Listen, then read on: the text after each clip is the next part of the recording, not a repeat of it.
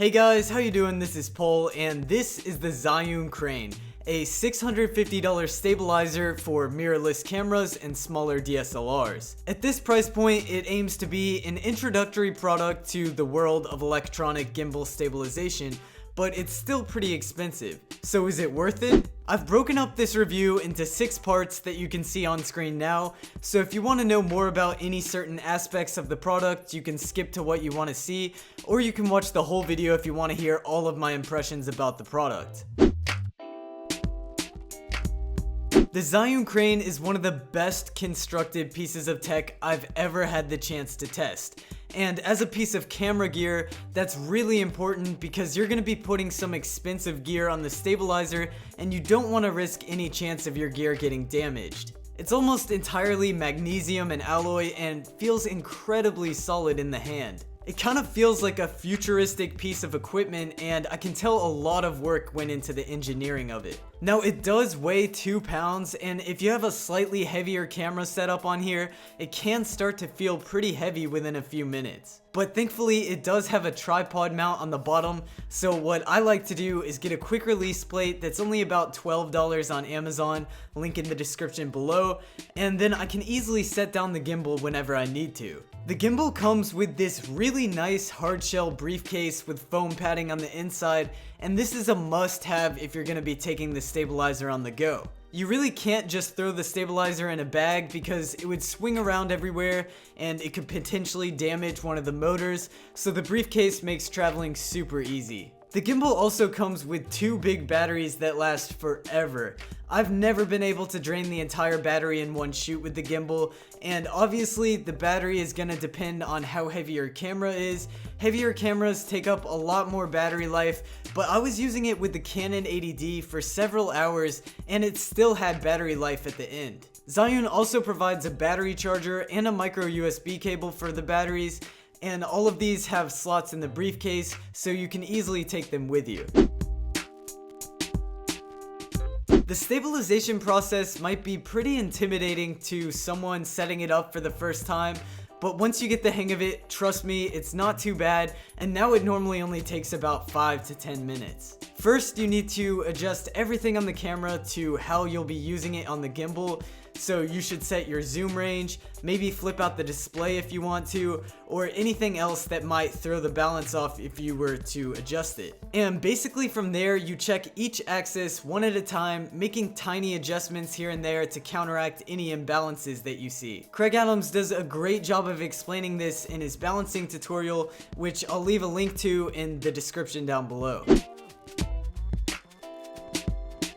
To power on the crane, just press the button on the handle for about 3 seconds and you'll see the LED light flash and the motors will kick into action shortly thereafter. So at this point, the gimbal is automatically in pan following mode, which means the camera pans along with the movement of your hand. So for example, if you twist your hand left, the gimbal twists left as well, and you can control the tilt axis with the joystick. This is the mode I used for most of my testing. When you tap the mode button, it switches to locking mode, which locks the 3 axes to keep the camera looking in one direction, keeps the camera stable, and you can twist your hand any way and the camera stays locked in place. I found this to be perfect when filming dramatic cinematic shots where the camera starts near the ground and is lifted up. In this mode, you can also both tilt and pan the camera with the joystick. And the last mode is following mode, which is the same as the first mode except it pans and tilts according to your movement, and you can control the roll axis with the joystick.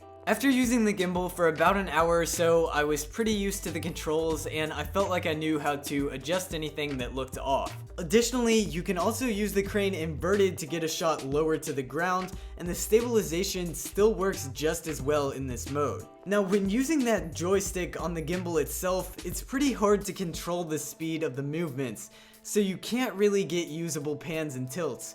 But to get more precise control, you can use the mobile application that syncs with the gimbal. The application is free on the Android and iPhone app stores, and this app actually works really well. The main home screen displays the remaining battery percentage and the degree to which each axis is set to. This is really convenient to see, but by far the coolest feature of the app is the wireless control. So all of those settings that I just talked about are accessible through the application, and you're able to adjust settings right from your phone. In my opinion, it's a lot easier to pan and tilt the camera through the virtual joysticks than it is on the real one, and I can get a lot more precise control over the camera. So when I use the app, I can actually get some usable pans and tilts out of it really easily. The application is also the only way to change the motor strength settings, which I only discovered after using the gimbal for about 2 weeks. By default, the motor strength is set to weak, which is probably fine for smaller mirrorless cameras, but I found it to be a little weak for stabilizing my Canon DSLR, the 80D, and I was super disappointed because it just didn't work with my Sigma 17-50 lens.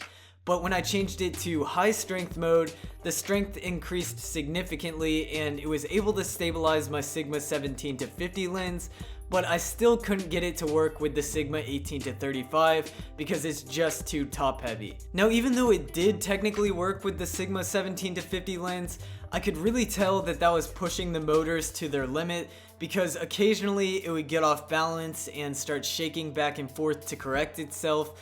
But keep in mind, this probably won't be a problem for lighter cameras. So here is a side-by-side comparison of using the crane on the left and going handheld on the right, and the difference is huge. Trust me, I was really trying to hold the camera as steady as possible when shooting handheld, but it still doesn't even come close to the smoothness that the crane provides. And I was really impressed with the stability of the crane throughout the entirety of my testing. The footage looked super smooth. I think it looks pretty cinematic depending on the look you're going for, and there's rarely any shaking in the footage. Now, in some of the shots where I was using the Canon 80D with the Sigma 17-50, you can tell that the motors start struggling a little bit and the footage gets a little bumpy here and there, but overall I'd say it's fine about 95% of the time, and again, I hardly noticed any bumpiness whatsoever when I used lighter combos. If you guys have anything to say about this footage or any questions about how I shot this footage, please feel free to leave it in the comments down below and I'll try to get back to you guys.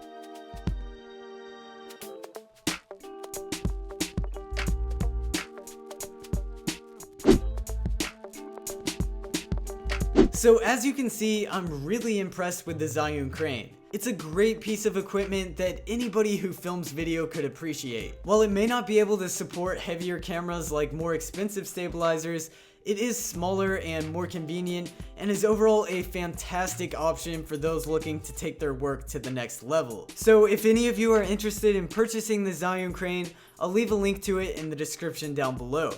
And anyways, if you like this video, please give me a thumbs up and subscribe for some more content coming soon. Thanks.